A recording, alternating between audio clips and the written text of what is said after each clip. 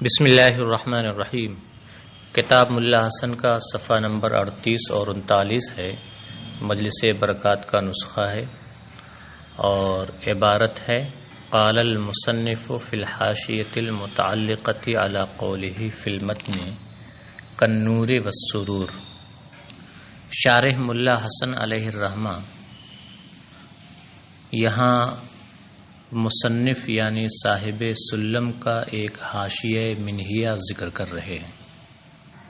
مصنف علیہ الرحمہ اپنے حاشیہ منہیہ میں کالنور والسرور کی وضاحت کرتے ہوئے فرماتے ہیں کہ نور اور سرور میں سے نور کا تعلق حسیات سے ہے، یعنی حواس خمسہ میں سے حاسہ بصر کے ذریعے نور کا ادراک ہوتا ہے، جبکہ سرور کا تعلق وجدان سے ہے، یعنی نفس کی وہ باطنی قوت جس کے ذریعے ایسے امور کا ادراک ہوتا ہے جو مدرک یعنی عالم کے بدن کے ساتھ قائم ہوتے ہیں، جیسے خوشی اور غم۔ تو جیسے نور اور سرور کا بدیہی ہونا بالکل ظاہر ہے، اسی طرح علم بھی روشن ترین بدیہیات میں سے ہے۔ مصنف علیہ الرحمہ اپنے اس حاشیے میں کہتے ہیں کہ علم کو نور اور سرور سے جو تشبیہ دی گئی ہے یہ تمثیل نہیں ہے بلکہ تنظیر ہے۔ یاد رکھیں کہ اگر ایک شے کو دوسری شے کے ساتھ تشبیہ دی جائے اور شے ثانی شے اول کے افراد سے نہ ہو تو اسے تنظیر کہتے ہیں، اور اگر شے ثانی شے اول کے افراد سے ہو تو اسے تمثیل کہتے ہیں۔ تو جب ہم اسے تنظیر مان کر کے چلیں گے تو مطلب یہ ہوگا کہ نور اور سرور اگرچہ علم کے افراد میں سے نہیں ہیں، لیکن علم کو نور اور سرور سے تشبیہ اس لیے دی گئی کہ یہ سب بدیہی ہونے میں مشترک ہیں، کہ جیسے نور اور سرور بدیہی ہیں اسی طرح علم بھی بدیہی ہے۔ مصنف علیہ الرحمہ اپنے اسی حاشیے میں آگے یہ فرماتے ہیں کہ اسے تمثیل بھی بنایا جا سکتا ہے، اس طور پر کہ نور سے پہلے علم کا لفظ مقدر مان لیا جائے تو عبارت ہوگی کالعلم بالنور والسرور، جیسے نور اور سرور کا علم۔ تو اب عبارت کا مطلب یہ ہوگا کہ جیسے نور اور سرور کا علم بدیہی ہیں اسی طرح مطلق علم بھی بدیہی ہے۔ تو اب سوال یہ ہوگا کہ علم نور و سرور کے بدیہی ہونے سے مطلق علم کیسے بدیہی ہو جائے گا؟ تو اس کے بارے میں مصنف کہتے ہیں کہ علم نور و سرور خاص ہیں اور مطلق علم عام ہے، اور قاعدہ یہ ہے کہ جب خاص بدیہی ہو تو عام بھی بدیہی ہوتا ہے۔ تو لازم آیا کہ جب علم نور و سرور بدیہی ہیں تو مطلق علم بھی بدیہی ہو جائے گا۔ تو یہاں خاص کی بداہت سے عام کی بداہت پر استدلال کیا گیا ہے، لیکن اس پر ایک اعتراض وارد ہوتا ہے۔ اعتراض یہ ہے کہ خاص کی بداہت عام کی بداہت کو دو شرطوں کے پائے جانے کے وقت مستلزم ہوا کرتی ہے۔ ہر موقع پر خاص کی بداہت عام کی بداہت کو مستلزم نہیں ہوتی ہے، بلکہ خاص کی بداہت کے عام کی بداہت کو مستلزم ہونے کے لیے دو شرطیں ہیں۔ پہلی یہ کہ عام خاص کا ذاتی ہو، یعنی عام خاص کی حقیقت و ماہیت کا ایک جز ہو، اور دوسری شرط یہ ہے کہ خاص کا علم بالکنہ ہو۔ جیسے حیوان انسان کا ذاتی ہے اور حیوان ناطق کے ذریعے انسان کا جو علم ہے وہ علم بالکنہ ہے۔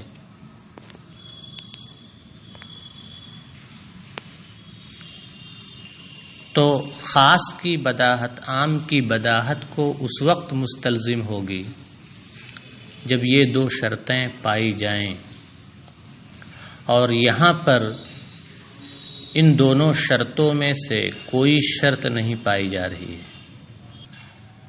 کیونکہ یہ ممکن ہے کہ مطلق علم نور و سرور کا ذاتی نہ ہو، یعنی اس کی حقیقت و ماہیت کا ایک جز نہ ہو، اور یہ بھی ممکن ہے کہ نور و سرور کا علم بالکنہ نہ ہو،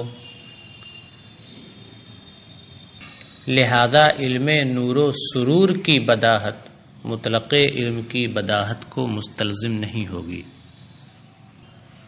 مصنف علیہ الرحمہ اپنے اسی حاشیے میں آگے کہتے ہیں کہ ہمارے پاس اپنی جانب سے اس اعتراض کے ازالے کا ایک طریقہ ذوقی موجود ہے، یعنی ہم اس اعتراض کا جواب دے سکتے ہیں، لیکن مجادلین کا خوف ہمیں اس جواب کے اس طریقہ ذوقی کے ذکر کی اجازت نہیں دیتا ہے، اس لیے ہم نے اس طریقہ ذوقی کو ذکر نہیں کیا ہے۔ مصنف علیہ الرحمہ کا حاشیہ منہیہ یہاں پر مکمل ہوتا ہے۔ اب اس کے آگے شارح اپنی بات ذکر کرتے ہیں۔ شارح کہتے ہیں کہ ہم نے جو ما سبق میں مصنف کی عبارت والحق انہ من اجل البدیہیات میں مصنف کی مراد بیان کی ہے کہ انہو میں ہو ضمیر کا مرجع علم بالمعنی المصدری ہے، اس سے یہ واضح ہو جاتا ہے کہ مصنف علیہ الرحمہ کے نزدیک اس اعتراض کے ازالے کے لیے جو طریقہ ذوقی تھا وہ طریقہ ذوقی ہے کیا چیز۔ مصنف نے تو وہ طریقہ ذوقی ذکر نہیں کیا، لیکن ان کا وہ طریقہ ذوقی بالکل واضح ہے، اور اب ہم وہ طریقہ ذوقی یہاں پر ذکر کرتے ہیں اس اعتراض کے ازالے کے لیے۔ تو شارح وہ طریقہ ذوقی یہاں ذکر کریں گے۔ اس طریقہ ذوقی کی وضاحت ہم بعد میں کریں گے، پہلے آپ یہاں تک عبارت اور اس کا ترجمہ دیکھیں۔ قال المصنف فی الحاشیۃ المتعلقۃ علی قولہ فی المتن کالنور والسرور الاول من الحسیات والثانی من الوجدانیات الظاہر التنظیر۔ مصنف علیہ الرحمہ متن میں موجود اپنے قول کالنور والسرور سے متعلق حاشیہ منہیہ میں فرماتے ہیں کہ اول یعنی نور حسیات میں سے ہے، اور ثانی یعنی سرور وجدانیات میں سے ہے۔ الظاہر التنظیر، اور ظاہر یہ ہے کہ یہ تنظیر ہے، تمثیل نہیں ہے، اور اسے تمثیل بھی بنایا جا سکتا ہے۔ اسی کے بارے میں کہتے ہیں وَيُمْكِنُ أَن يُجْعَلَ إِشَارَةً إِلَى مَا هُوَ الْمَشْهُورُ فِي هَذَا الْمَقَامِ، اور یہ بھی ممکن ہے کہ کالنور والسرور کو اس بحث کی طرف اشارہ قرار دیا جائے جو بحث اس مقام پر مشہور ہے، یعنی اسے ہم تمثیل قرار دیں۔ وَهُوَ أَن يُقَالَ الْمَعْنَى كَالْعِلْمِ بِالنُّورِ وَالسُّرُورِ، اور وہ یہ ہے کہ یہ کہا جائے کہ کالنور والسرور کا مطلب ہے کالعلم بالنور والسرور، جیسے نور اور سرور کا علم، تو یہ تنظیر نہیں رہ جائے گی بلکہ تمثیل ہو جائے گی۔ تو مطلب ہوگا کہ جیسے علم نور و سرور بدیہی ہیں ایسے ہی مطلق علم بھی بدیہی ہے۔ تو یہ کیسے ثابت ہوا؟ تو اس کے بارے میں کہتے ہیں کہ علم نور و سرور یہ خاص ہیں اور مطلق علم عام ہے، اور خاص کی بداہت عام کی بداہت کو مستلزم ہوتی، وہی کریں وَهَذَا عِلْمٌ خَاصٌ بَدِيهِيٌّ، اور یہ یعنی علم نور و سرور یہ علم خاص بدیہی ہے، وہ بداہت الخاص سے یستلزم بداہت العام میں، اور خاص کی بداہت عام کی بداہت کو مستلزم ہوتی ہے۔ تو جب علم نور و سرور بدیہی ہوئے تو مطلق علم بھی بدیہی ہوگا۔ اب اس پر وہی اعتراض وارد ہوتا ہے، وَيَرِدُ عَلَيْهِ الْمَنْعَانِ الْمَشْهُورَانِ، اور اس پر دو مشہور منع وارد ہوتے ہیں، من منع کون العام ذاتیًا و کون الخاص سے مدرکن بالکنا، اور وہ دونوں مشہور منع یہ ہیں، نمبر ایک، عام کا ذاتی ہونا ہمیں تسلیم نہیں، یعنی خاص کی بداہت عام کی بداہت کو اس وقت مستلزم ہوتی ہے جبکہ عام خاص کا ذاتی ہو، اور یہاں پر ہمیں عام کا ذاتی ہونا تسلیم نہیں ہے۔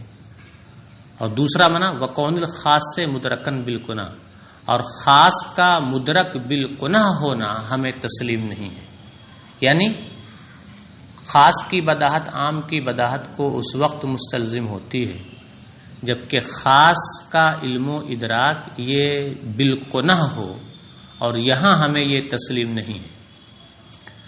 تو ان دونوں منعوں کا جواب بھی تھا مصنف کے نزدیک، ایک طریقہ ذوقی تھا جس سے ان دونوں منعوں کا اندفاع ہو سکتا ہے، لیکن مجادلین کے خوف سے مصنف نے اسے ذکر نہیں کیا۔ اسی کے بارے میں مصنف کہتے ہیں ولی من عند نفسی طریق ذوقی لدفع هذین المنعین، اور ہمارے پاس اپنی طرف سے ان دونوں منعوں کے اندفاع کے لیے ایک طریقہ ذوقی ہے، یعنی ایک جواب ہے، ولیکن خوف المجادلین لا یرخص الی ذکرہ، لیکن مجادلین کا خوف ہمیں اس کے ذکر کی اجازت نہیں دے رہا ہے۔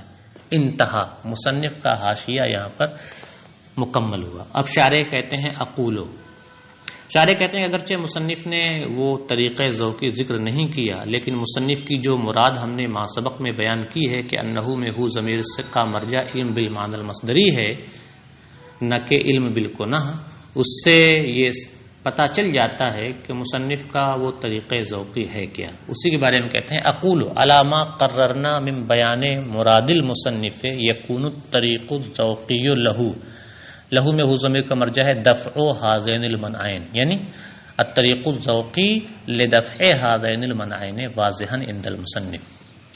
شارح کہتے ہیں ہم کہتے ہیں کہ ہم نے مصنف کی مراد کا جو بیان کیا ہے اس کی تقدیر پر ان دونوں منعوں کے اندفاع کا طریقہ ذوقی واضح ہے۔ ہم کہتے ہیں کہ اس تقدیر پر جو ہم نے مصنف کی مراد کا بیان کیا ہے، اس بیان کی تقدیر پر مصنف کے نزدیک ان دونوں منعوں کے ازالے کا طریقہ ذوقی بالکل واضح ہے۔ اب وہ طریقہ ذوقی شارح ذکر کر رہے ہیں۔ اس طریقہ ذوقی کو سمجھنے سے پہلے آپ اعتراض کو اور منعان مشہوران کو ایک بار پھر سے اچھی طرح سمجھ لیں۔ مصنف کی عبارت کن نور و سرورے کو جب ہم تمثیل قرار دیں گے تو مطلب ہوگا کل علم بن نور و سرورے، جیسے نور و سرور کا علم،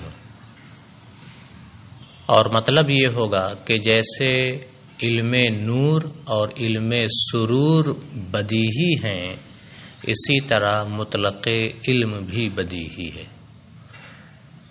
تو یہاں دیکھیں علم نور اور علم سرور خاص ہیں اور مطلق علم عام ہے، اور یہاں خاص کی بداہت سے عام کی بداہت پر استدلال کیا جا رہا ہے۔ تو اس پر یہ اعتراض وارد کیا گیا کہ خاص کی بداہت سے عام کی بداہت پر استدلال کے لیے دو شرطوں کا پایا جانا ضروری ہے۔ ایک تو یہ کہ عام خاص کا ذاتی ہو، یعنی عام خاص کی حقیقت و ماہیت کا ایک جز ہو۔ دوسری شرط یہ کہ خاص کا علم بالکنہ ہو، یعنی خاص کی حقیقت کا علم ہو رہا ہو، تو خاص کی بداہت عام کی بداہت کو مستلزم ہوگی۔ تو اس عبارت کن نور و سرور کو تمثیل قرار دینے کی صورت میں عبارت کا مطلب و مفہوم یہ ہوگا کہ جیسے علم نور اور علم سرور کی حقیقت بدیہی ہے، اسی طرح مطلق علم کی حقیقت بھی بدیہی ہے، کیونکہ خاص کی بداہت سے عام کی بداہت پر استدلال اسی وقت کر سکتے ہیں جبکہ خاص کیا ہو، مدرک بالکنا ہو، خاص کا علم و ادراک بالکنا ہو۔ تو اب یہاں خاص علم نور و سرور ہیں، تو اب علم نور و سرور سے مراد کیا ہوگا؟ علم نور و سرور کی حقیقت و ماہیت۔ تو مطلب ہوگا کہ جیسے علم نور اور علم سرور کی حقیقت بدیہی ہے، اسی طرح مطلق علم کی حقیقت بھی بدیہی ہے، عبارت کا یہ مطلب ہوگا۔ تو اب ان دونوں شرطوں کی روشنی میں اس پر یہ اعتراض وارد ہوگا کہ اس عبارت کو تمثیل قرار دینے کی صورت میں اس عبارت کا مطلب یہ ہوتا ہے کہ علم نور اور علم سرور کی حقیقت کے علم و ادراک سے مطلق علم کی حقیقت و ماہیت کا علم و ادراک ہو جاتا ہے، حالانکہ ایسا نہیں ہے، کیونکہ علم نور و سرور یہ خاص ہیں، جزئیات ہیں، اور مطلق علم یہ عام ہے، کل ہے۔ اور ایسا ممکن ہے کہ کسی خاص شے کا علم بالکنہ تو ہو جائے لیکن عام کی حقیقت کا علم نہ ہو۔ ایسا ممکن ہے کہ خاص کی حقیقت کا علم تو ہو جائے لیکن عام کی حقیقت کا علم نہ، اور یہاں پر ایسا ہی ہے، کیونکہ علم نور اور علم سرور کی حقیقت کے علم سے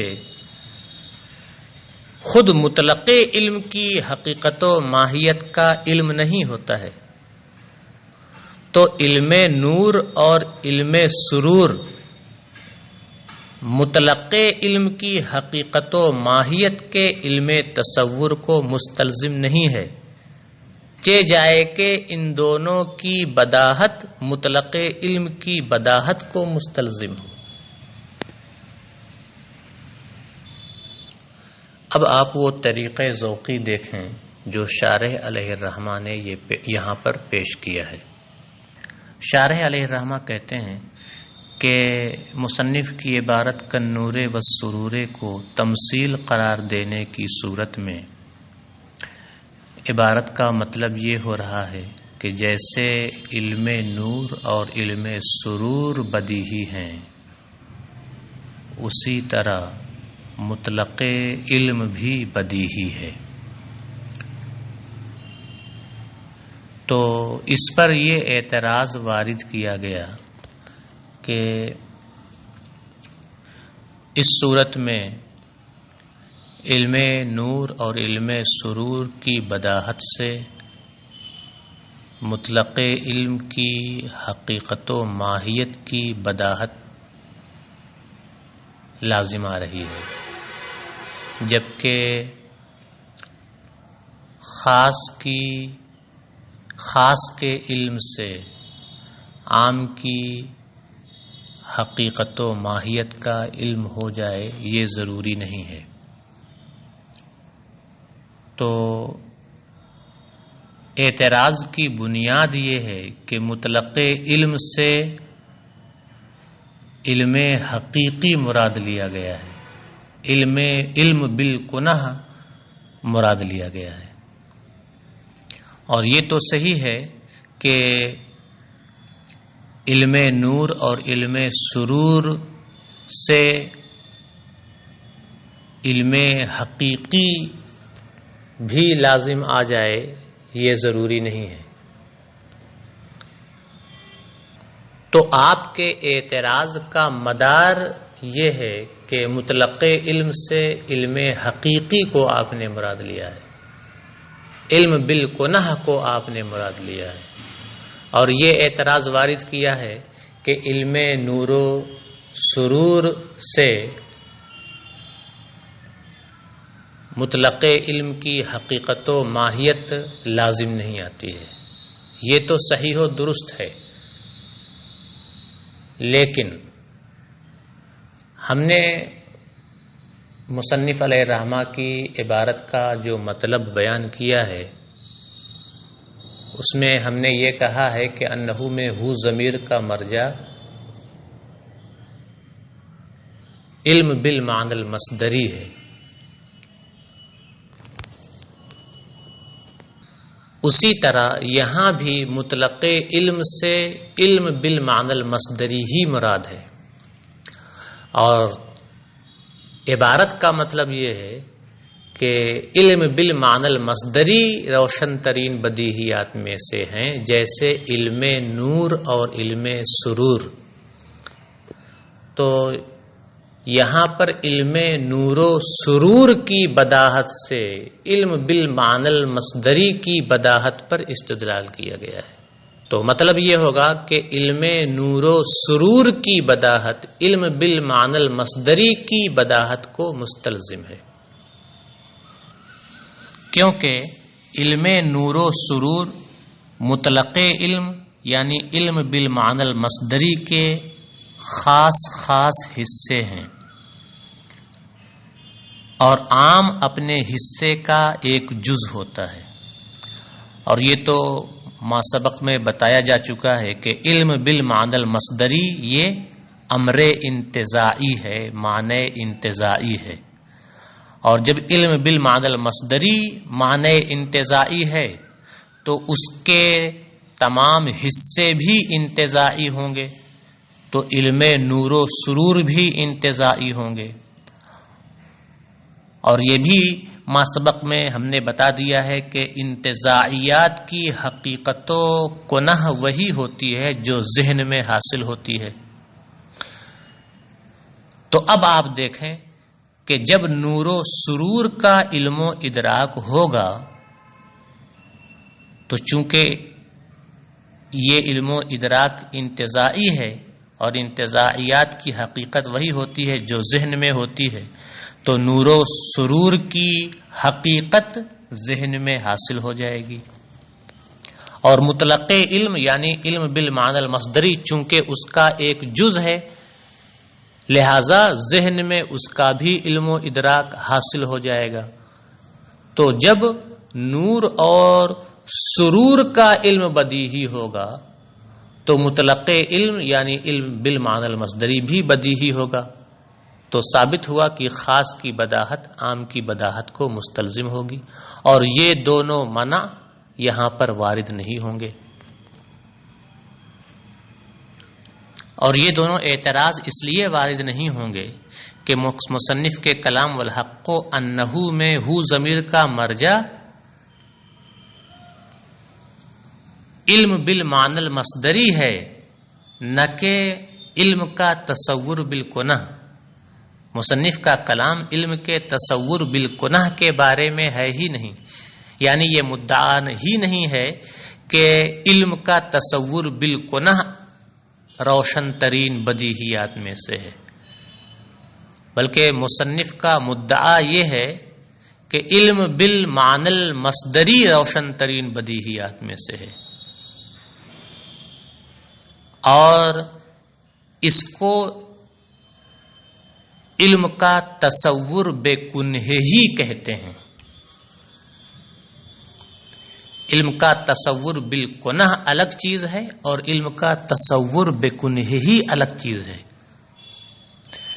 تو مصنف کا یہ مدعا نہیں ہے کہ علم کا تصور بالکنہ اجل بدیہیات میں سے ہے، روشن ترین بدیہیات میں سے ہے، بلکہ مصنف کا مدعا اور مقصود یہ ہے کہ علم کا معنی مصدری روشن ترین بدیہیات میں سے ہے، جس کی تعبیر علم بے کنہ ہی سے بھی کرتے ہیں، اور علم کے تصور بے کنہ ہی کی صورت میں نفس شے کا ذہن میں حصول ہوتا ہے۔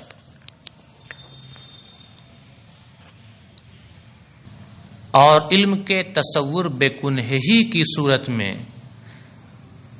جب اس کے کسی خاص حصے کا ذہن میں حصول ہو جائے تو اس خاص حصے کے حصول فی ذہن کے وقت علم کا تصور بے کنہ ہی بھی ذہن میں حاصل ہو جاتا ہے، کیونکہ مطلق اپنے خاص کا جزء تفصیلی ہوتا ہے، یعنی ایسا جز ہوتا ہے جو دوسرے جز سے ممتاز ہوتا ہے۔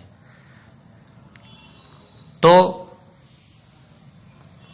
جب مقید کا تصور بے کنہ ہی ہو جائے تو مطلق کا تصور بے کنہ ہی بھی ہو جائے گا، لہذا علم نور و سرور جو کہ مقید ہے اس کے تصور بے کنہ ہی سے مطلق علم یعنی علم بالمعنی المصدری کا بھی تصور بے کنہ ہی ہو جائے گا، اور اس کی بداہت کو مستلزم ہوگی۔ یہ طریقے ذوقی شارح علیہ الرحمہ نے یہاں پر پیش کی ہے۔ اب آپ عبارت دیکھیں اور اس کا ترجمہ دیکھیں۔ کہتے ہیں اقول علی ما قررنا من بیان مراد المصنف یکون الطریق الذوقی لہ واضحا عند المصنف۔ ہم کہتے ہیں کہ مصنف کی مراد کا جو تذکرہ ہم نے ما سبق میں کیا ہے اس کی تقدیر پر ان دونوں منعوں کے ازالے کا طریق ذوقی مصنف کے نزدیک واضح ہے۔ فإن علم النور والسرور حصتان خاصتان للعلم بالمعنى المصدری المطلق، کیونکہ علم نور اور علم سرور علم بالمعنی المصدری مطلق کے دو خاص حصے ہیں۔ ولا شک ان بداحة الحصة الخاصة من المعنى المصدری الانتزاعی تستلزم بداحة مطلق ہی بے کنہ ہی، اور بلا شبہ معنی مصدری انتزاعی کے خاص حصے کی بداہت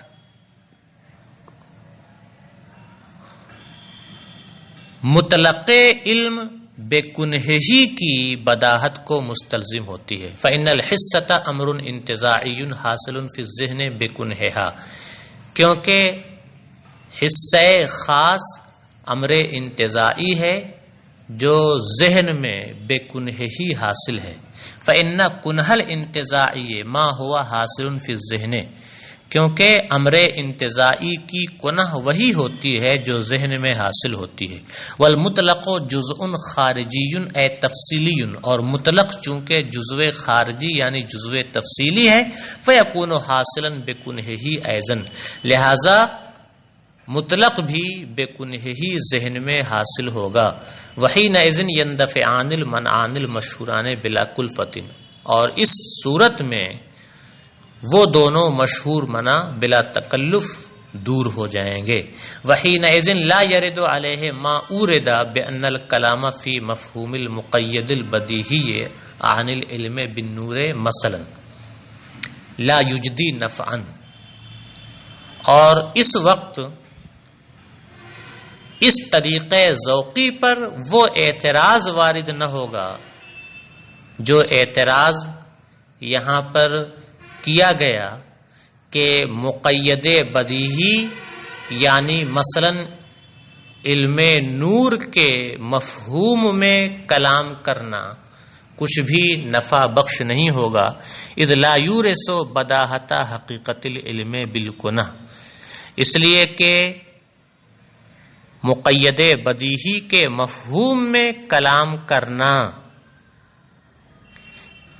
علم بالکنہ کی حقیقت کی بداہت کو مستلزم نہیں ہے. اذ یکفیہ تصورہ بوجہ اجمالی، اس لیے کہ اس کے لیے تو اس کا اجمالی طور پر تصور ہی کافی ہے. یہ اعتراض یہاں وارد نہیں ہوگا. کیوں؟ اس کی وجہ شارح کہتے ہیں وذالک لأن کلام المصنف لم یکن فی العلم بالکنہ. یہ اعتراض یہاں اس لیے وارد نہیں ہوگا کہ مصنف کا کلام علم بالکنہ کے سلسلے میں نہیں ہے، اصطلاحی علم بالکنہ کے سلسلے میں نہیں ہے، بئی معنی کہ شے کی ذاتیات اس شے کے لیے آئینہ ہو، بل فی العلم بکنہ ہی، بلکہ مصنف کا کلام علم بکنہ ہی کے سلسلے میں ہے، یعنی جس صورت میں نفس شے کا ذہن میں حصول ہوتا ہے وہو حاصل فی المعنی المصدری للعلم المطلق، اور یہ چیز علم مطلق کے معنی مصدری میں حاصل ہے. اذا تصورنا الحصۃ الخاصۃ منہ، جبکہ ہم علم مطلق کے ایک خاص حصے کا تصور کریں. فإن المطلق المذکور یکون جزءا تفصیلیا منہ، کیونکہ مطلق مذکور اس کا ایک جزو تفصیلی ہے. فلا یمکن تصور کنہ المقید بدون تصور کنہ مطلق ہی، لہذا مقید کی کنہ کا تصور مطلق کی کنہ کے تصور کے بغیر ممکن نہیں.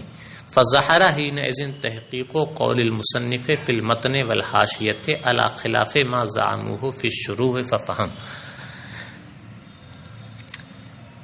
لہذا اب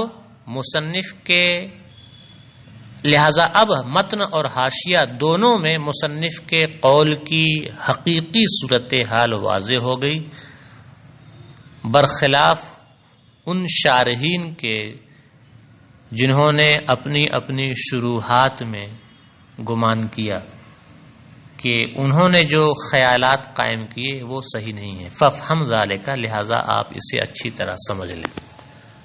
آج کا سبق یہیں پر